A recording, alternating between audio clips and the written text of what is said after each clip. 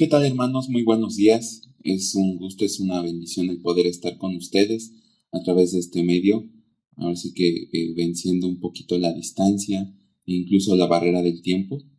Eh, de antemano le mando muchos saludos a todas las localidades que conformamos pues esta congregación y a todos los que nos puedan ver a través de este medio.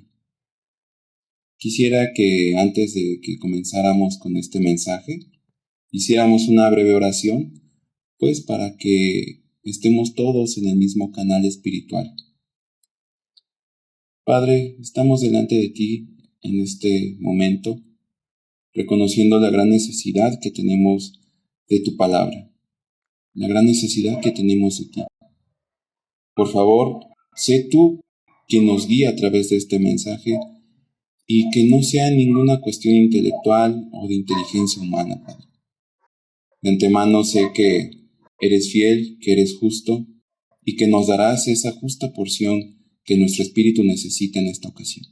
Amén. Bien, hermanos, el título de este mensaje se llama Él sabrá el momento en el que reprenderá la tormenta.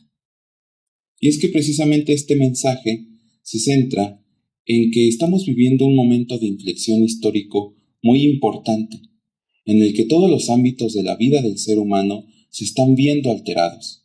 La salud, economía, comercio, arte, la recreación, cada área en la que un ser humano puede desenvolverse están tambaleándose ante la pandemia que nos ha mantenido parcialmente aislados durante ya varias semanas. Reflexionando sobre tantas noticias y opiniones, he compartido la idea de que aquello que más nos debe ocupar no es la enfermedad en sí, sino las personas, ya que esta enfermedad, aun con todos sus horrores, será pasajera en la vida de muchos. Pero los efectos colaterales que puedan dejar las condiciones en las cuales nos hemos visto obligados a vivir, esos efectos pueden causar un daño mayor, y aún entre las familias de los creyentes. Veamos qué dice Mateo 15:11. Dice, lo que entra en la boca contamina, no lo que entra en la boca contamina al hombre, mas lo que sale de la boca, esto contamina al hombre. Los versículos del 17 al 20 dicen, ¿no entendéis que todo lo que entra en la boca va al vientre y es echado en la letrina? Pero lo que sale de la boca, del corazón sale, y esto contamina al hombre. Porque del corazón salen los malos pensamientos, los homicidios, los adulterios, las fornicaciones, los hurtos, los falsos testimonios, las blasfemias. Estas cosas son las que contaminan al hombre, pero el comer con las manos sin lavar no contamina al hombre. Esto lo respondía precisamente Jesús ante un grupo de escribas y de fariseos que le cuestionaban el por qué sus discípulos pues no se lavaban las manos antes de comer, ya que era una tradición bastante arraigada para ellos. Pero continuemos. De esta manera hemos observado que gente que busca una salud física, poco le ha importado tener una salud espiritual, cuando aquello que realmente nos puede contaminar es lo que sale de nuestro corazón, de nuestra boca. En esta cuarentena, calles que eran muy caóticas por la multitud de gente que las abarrotaba, hoy lucen apacibles. Pero tal parece que el caos se ha mudado a las casas de las familias. Instituciones nacionales e internacionales han visto cómo los casos de violencia intrafamiliar e incluso solicitudes de divorcios han ido en aumento, al grado de que han implementado campañas publicitarias en las que llaman a la sana convivencia y que ofrecen ayuda para gozar de una buena salud mental. Un funcionario en China, al respecto de las solicitudes de divorcio que iban en aumento, declaró lo siguiente. A causa de la epidemia, muchas parejas han estado juntas en casa durante más de un mes, lo que sacó a la superficie conflictos que parecían escondidos. Conflictos que destruyen familias. Pareciera que el quedarse en casa ayudaría a que las familias estuvieran más unidas, que se apoyaran en estos tiempos de pandemia, pero vemos que no es así. ¿Y por qué no es así? ¿Y acaso esto tiene que ver algo con los hijos de Dios? Claro que tiene que ver con nosotros como hijos de Dios. De lo contrario, estuviéramos realizando como si nada nuestras actividades. Hay que considerar que pudieran haber hermanos que ya se hayan visto afectados fuertemente por esta situación. Funcionarios de la ONU han llegado a declarar que el carecer de empleo y no poder proveer a sus familias estaría generando frustración en los jefes de familia, ya sean hombres o mujeres, lo que podría estar derivando en un incremento en las discusiones familiares. Es aquí donde quiero hacer una clara división de los dos casos que estamos viendo. El primero es relacionado a personas como las que nos habla Mateo 15, en donde hay gente que no necesita de este nuevo virus para estar mal en su interior, pues no es la enfermedad lo que está provocando la violencia en sus vidas, sino la manifestación de las obras de la carne lo que pone disputa en sus hogares. En verdad, Dios quiera que nuestros hogares no se vean revestidos de contiendas a causa de un duro corazón que no sepa amar, que no sepa compartir, perdonar, convivir. Es natural que surjan opiniones encontradas, pero es necesario aprender a discutir una idea sin llegar a pelear. Porque entonces estas familias, posterior a que pase toda esta pandemia, solo les quedará separarse de una manera legal, porque en la práctica, desafortunadamente, ya están desintegradas.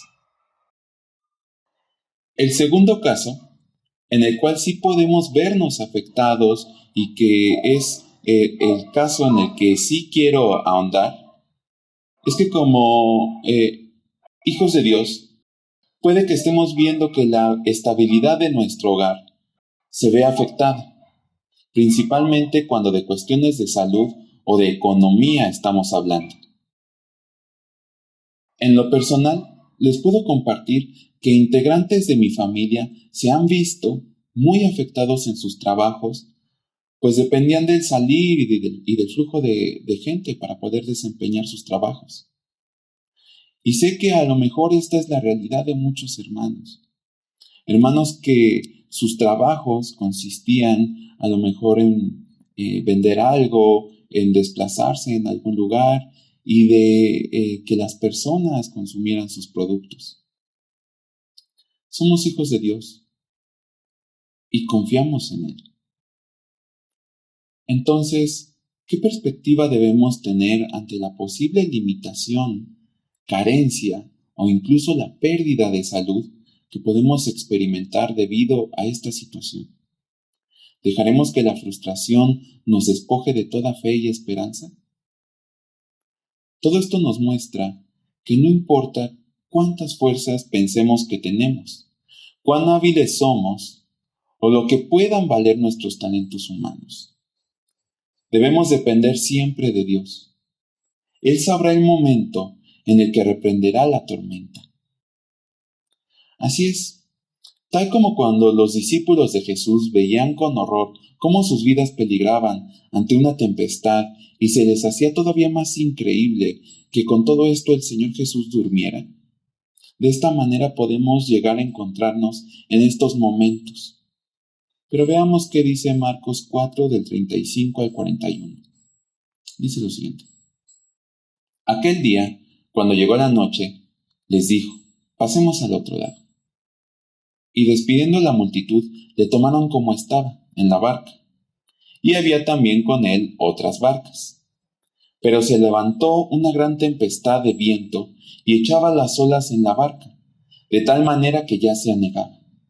Esto quiere decir que debido al movimiento del mar de las olas, ya estaba comenzando a llenarse la barca de agua. Ya estaban comenzando a inundarse la barca. Sigo. Y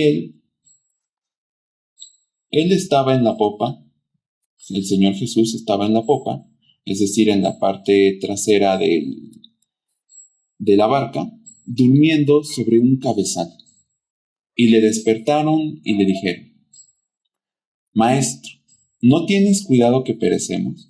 Yo creo que más que incluso el haberlo despertado, prácticamente se lo gritaron: Maestro, ¿qué no ves que perecemos? Y levantándose, reprendió al viento y al mar, y dijo al mar: Calla, enmudece. Y cesó el viento y se hizo grande bonanza.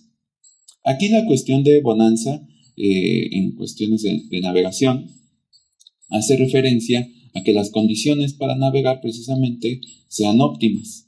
Aquí nos habla de una grande bonanza, quiere decir que tanto el viento como la corriente, todo era más que favorable para navegar, casi casi como si el viento y el mar les dijera: pasen, pasen, perdón.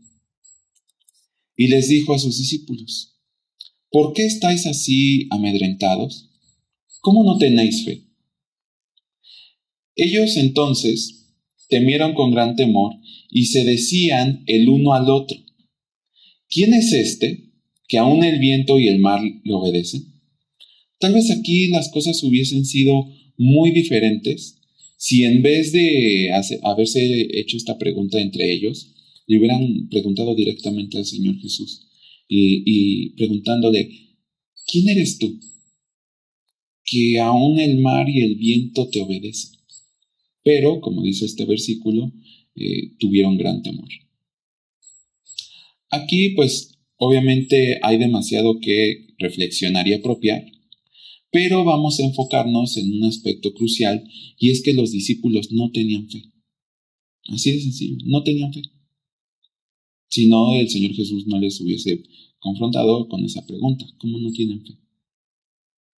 Si bien era todavía poco el tiempo que llevaban con Jesús, era muy poco el tiempo que llevaban con Él, estaba prácticamente comenzando su ministerio, habían sido recién escogidos los discípulos, ya habían visto la sanidad que Jesús le daba a la gente, pero aún pensaban que esto era poco comparado a una tempestad en medio del mar, a una fuerza de la naturaleza que ellos no podían explicar.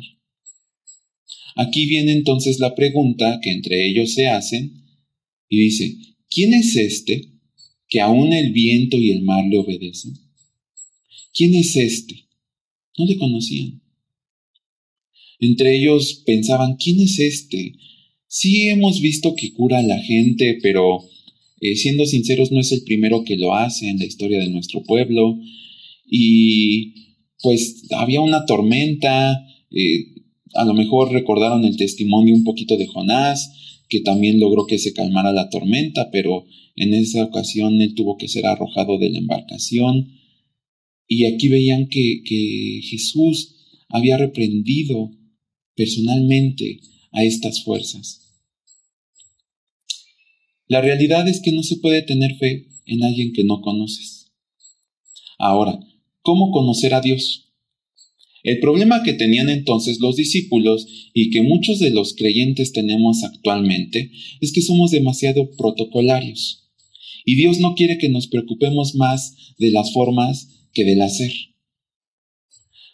Por ejemplo, ¿cómo vamos a conocer a alguien, a una persona, si no le hablamos? Si le hablamos a esta persona, pues así esta persona nos podría responder y podríamos comenzar ese proceso de conocerla. El problema ahora reside en que cuando nos acercamos a Dios, por lo regular no es para conocerlo, sino para pedirle cosas. Debemos aprender a ver el propósito real que Dios tiene para nuestras vidas, el cual no está ligado a este mundo. En Juan 14:9, Jesús dice: el que me ha visto a mí, ha visto al Padre. ¿Por qué es tan importante considerar esto? Porque pensamos muchas veces que Dios es ajeno al sentir que nos embarga cuando vemos que las cosas nos salen mal. Pero si consideramos que Jesús fue hombre, entonces vamos a ver que Él puede comprender nuestro dolor, nuestra ansiedad. Así entonces podremos ver que no es tan difícil entablar una conversación sincera con Dios. A estas charlas Evidentemente las llamamos oración. El poder de la oración está bien descrito en la palabra, el cual se nos hace mención de que no solamente puede traer sanidad, sino perdón de pecados también. Esto está en Santiago 5:15. Pero pronto entenderemos que todo esto, el traer sanidad, el perdonar pecados y cosas aún mayores, responderá a un propósito mayor, no solamente el de exhibir maravillas porque sí. La verdadera virtud de la oración está implícita en la vida de todos esos grandes personajes que vemos en las Escrituras, que fueron amigos de Dios, que le conocieron y que le amaron por lo que Dios es y no por las obras que les permitía hacer. El poder conversar con Dios vale más que cualquier fama que podamos adquirir por hacer milagros. No me quiero extender mucho en este punto, solo diré que para poder conocer a Dios hay que ser justos. Tal como dice David en Salmos 17:15. Se los leo. En cuanto a mí, veré tu rostro en justicia. Estaré satisfecho cuando despierte a tu semejanza. Son muy importantes estas palabras. En cuanto a mí, veré tu rostro en justicia. Quiere decir que para poder ver el rostro de Dios hay que estar en justicia. La verdadera justicia es la fe, pues la fe es la que llevó a Abraham a creer a Dios y esto le fue contado por justicia. Entendemos por justicia, en términos simples, el que cada quien tenga lo que le corresponde. En este caso, y como ya nos comentó en un mensaje nuestro hermano Goyo, estamos en un pacto con Dios. El Señor en este pacto se ha excedido en beneficios, en garantías para con nosotros. Pudiéramos decir que incluso nosotros tenemos aún más de lo que nos podría corresponder. Pero a Dios le plació, por su infinita misericordia, que así se estableciera el pacto. Pero entonces, ¿qué pide Dios de nosotros en este pacto? Como ya mencionaba anteriormente, somos muy protocolarios y pensamos que el Señor también se excede en requisitos para nosotros. Pues son demasiados los mandamientos que hay a lo largo de toda la Biblia, cuando lo único que el Señor nos pide es lo que dice Proverbios 23:26. Dame, hijo mío, tu corazón, y miren tus ojos por mis caminos. Y es que si reflexionamos un poco, nada podemos dar a Dios más que nuestro corazón, pues es lo único que verdaderamente podemos entregar. No podemos dar ningún bien material, ni aun nuestro cuerpo. Todo esto pertenece ya al Señor. Solamente nuestro corazón, que encierra lo que somos como individuos, nuestro libre albedrío. Eso es lo que podemos entregar, y esto es un acto de fe. Así es como podemos estar bien, así es como podemos ser justos con Él, con el Señor. De esta manera podemos cumplir lo que dice, veré tu rostro en justicia. ¿Qué complejo puede llegar a ser el entregar nuestro corazón a Dios? Esto lo sabía muy bien David, pues nuestro ánimo es inestable. Un día tenemos toda la determinación de seguir al Señor y al día siguiente pareciera que ni siquiera sabemos las cosas que Él ha hecho en nuestras vidas. Por eso Jesús nos habla de que esto tiene que ser reforzado día a día. Lucas 9:23 dice, si alguno quiere venir en pos de mí, niéguese a sí mismo, tome su cruz cada día y sígame. Esto lo dice Lucas 9:23. Sucede que cuando conoces a alguien más y más, de manera que te agrade mucho o que incluso ames a esa persona, algunas o varias características de esa persona empiezan a entrelazarse con tu personalidad.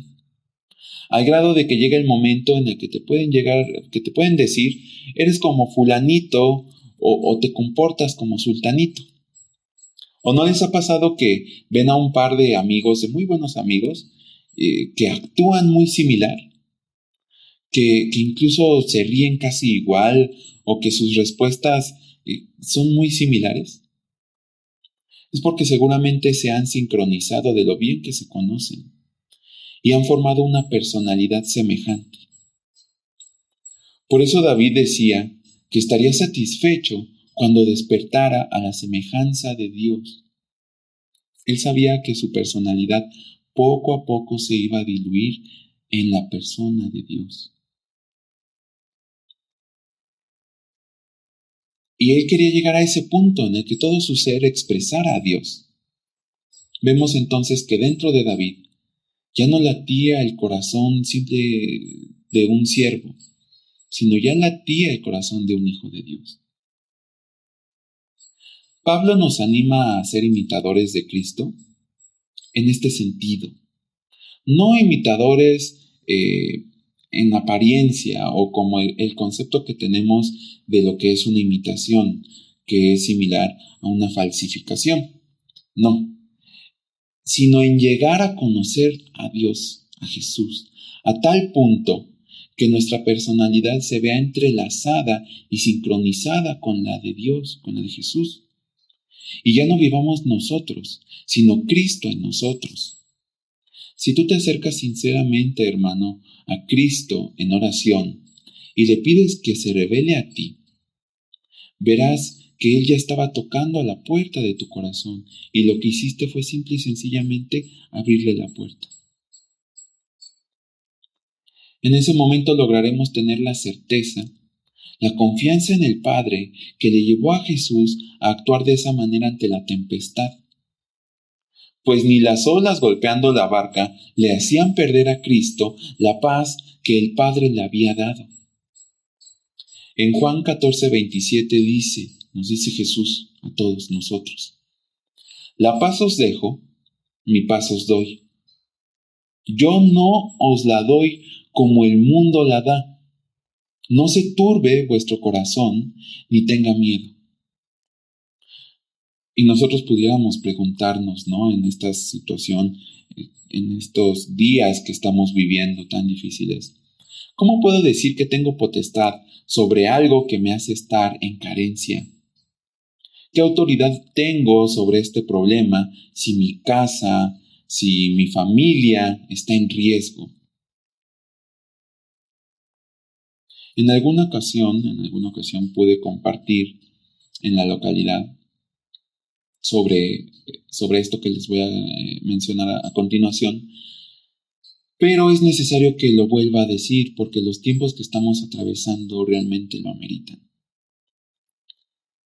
Quisiera basarme en un pasaje de la Biblia en el cual Jesús es tentado. Y el hecho de que se nos narre este acontecimiento en la Biblia no es un mero trámite. Incluso podría decirse que deberíamos poner más atención a lo que dicen estos versículos, pues en él se nos dan verdaderas armas contra lo que este mundo y quien lo gobierna utiliza para hacernos retroceder, para robarnos la paz. Veamos qué dice Mateo 4, del 1 al 11. Se los leo. Entonces Jesús fue llevado por el Espíritu al desierto para ser tentado por el diablo. Y después de haber ayunado 40 días y 40 noches, tuvo hambre. Vino a él el tentador y le dijo: si eres hijo de Dios, di que estas piedras se conviertan en pan. Él respondió y dijo: escrito está, no solo de pan vivirá el hombre, sino de toda palabra que sale de la boca de Dios. Entonces el diablo le llevó a la santa ciudad y le puso sobre el pináculo del templo y le dijo: si eres hijo de Dios, échate abajo, porque escrito está, a sus ángeles mandará cerca de ti y en sus manos te sostendrán para que no tropieces con tu pie en piedra. Y Jesús le dijo: escrito está también, no tentarás al Señor tu Dios. Otra vez le llevó el diablo a un monte muy alto y le mostró todos los reinos del mundo y la gloria de ellos. Y le dijo: todo esto te daré si postrado me adorares. Aquí quisiera añadir lo que también se nos menciona sobre estos pasajes, pero en el libro de Lucas 4, 6 y 7, añade lo siguiente. Y le dijo el diablo: a ti te daré toda esta potestad y la gloria de ellos, de los reinos que le estaba mostrando, porque a mí me ha sido entregada y a quien quiero la doy. Fíjense, si tú postrado me adorares, todos serán tuyos. Fíjense, hermanos, ¿a quién le pertenece este mundo? ¿A quién le pertenece la gloria de las naciones? Y las cosas por las cuales podemos llegar a afanarnos y pues perder la paz. Continúo con lo que finaliza Mateo 4, 10 y 11, que es la respuesta que Jesús le da al tentador sobre esto. Entonces Jesús le dijo: vete, Satanás, porque escrito está: al Señor tu Dios adorarás y a Él solo servirás. El diablo entonces le dejó, y he aquí vinieron ángeles y le servían. Es importante mencionar el contexto en el que se encontraba el Señor Jesús cuando pasaron estas cosas. Él había sido bautizado por Juan el Bautista,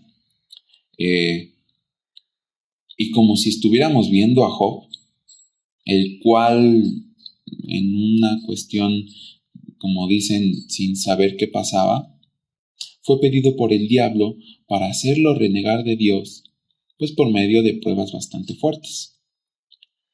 De esta manera, también vemos cómo Jesús es puesto en el desierto para pasar esta prueba. Jesús no fue llevado al desierto para que ayunara. Ojo, esto lo hizo Jesús como respuesta ante esta prueba. Ahora viene la tentación, y aquí hay 3 áreas que son determinantes en la vida del ser humano y que el enemigo hace lo posible para mostrarlas lo más vulnerables posible.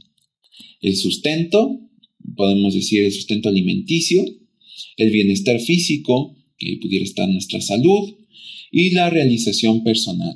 Aquí vienen, pues a lo mejor proyectos, trabajo, dinero, estudios, etcétera, todo lo que nosotros emprendamos y que queremos, pues evidentemente que nos salga bien, ¿no?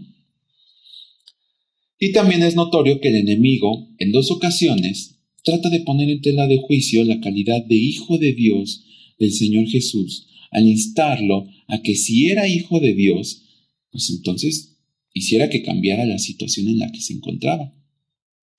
Y es que ¿cuántas veces no nos quiere atacar el enemigo con esas palabras? Si eres hijo de Dios, ¿por qué no tienes alimento suficiente para ti y para tu familia? Si eres hijo de Dios, ¿por qué no tienes salud? ¿O por qué tus proyectos, tu trabajo, se vieron tan afectados? Estas son las olas que golpean tu barca, hermano, y que la quieren hundir. No te postres, hermano, ante estas pruebas. La lógica de este mundo nos quiere mostrar que en medio del caos no hay salvación. Pero Dios abre el mar en 2 para que puedas pasar. Solamente ten fe que Él sabrá el momento en el que callará la tempestad, en el que enmudecerá a la tormenta. Tal vez tenías proyectos importantes en puerta, hermano, o que ya estaban a punto de darse y que se vieron obstaculizados por todo lo que estamos pasando, o tu trabajo está en riesgo, tu salud está en riesgo, has contraído esta nueva enfermedad o alguno de los tuyos. La estabilidad de los que están bajo tu techo se ha visto también vulnerada y pareciera que no puedes hacer nada al respecto. No te postres ante esto, hermano. Recurre a la oración. porque Dios va a poner los medios para que no caigas. Si vemos aún cómo los mercados bursátiles están colapsando, hay que recordar lo que dice Salmos 91 del 7 al 9. Caerán a tu lado 1000 y 10,000 a tu diestra, mas a ti no llegará. Apropialo, hermano. Ciertamente con tus ojos mirarás y verás la recompensa de los impíos, porque has puesto a Jehová, que es mi esperanza, al Altísimo por tu habitación. La potestad que Dios nos ha dado sobre este mundo, hermanos, es que sepamos el fin que el mundo tiene y que no nos pueda robar nuestra paz, pues sabemos que nuestro verdadero destino está al lado del Padre. Unos pudieran pensar que esto es una locura, que es ilógico, pero para nosotros, hermanos, es poder. Sabemos que muchos están pasando por situaciones difíciles o que tienen un panorama desalentador. Es real. Pero más real es la autoridad que Dios nos ha dado. Y si no logramos sentirla, hermanos, vayamos y conozcamos a Jesús en lo íntimo de nuestro cuarto, doblemos nuestras rodillas y dejemos que entre a nuestro corazón. Son tiempos complicados, pero no perdamos la paz. Termino citando al apóstol Pedro, en Hechos 3:6. Y esto se los digo a todos ustedes, hermanos, con fe. No tengo oro ni plata, pero lo que tengo te doy. En el nombre de Jesucristo de Nazaret, levántate y anda. Espero que esto sea de bendición para todos ustedes, hermanos, y les animo a que, terminado este video, realicen una oración en sus hogares para sellar este mensaje. Ha sido una bendición poder compartir con ustedes, hermanos. Que Dios les bendiga.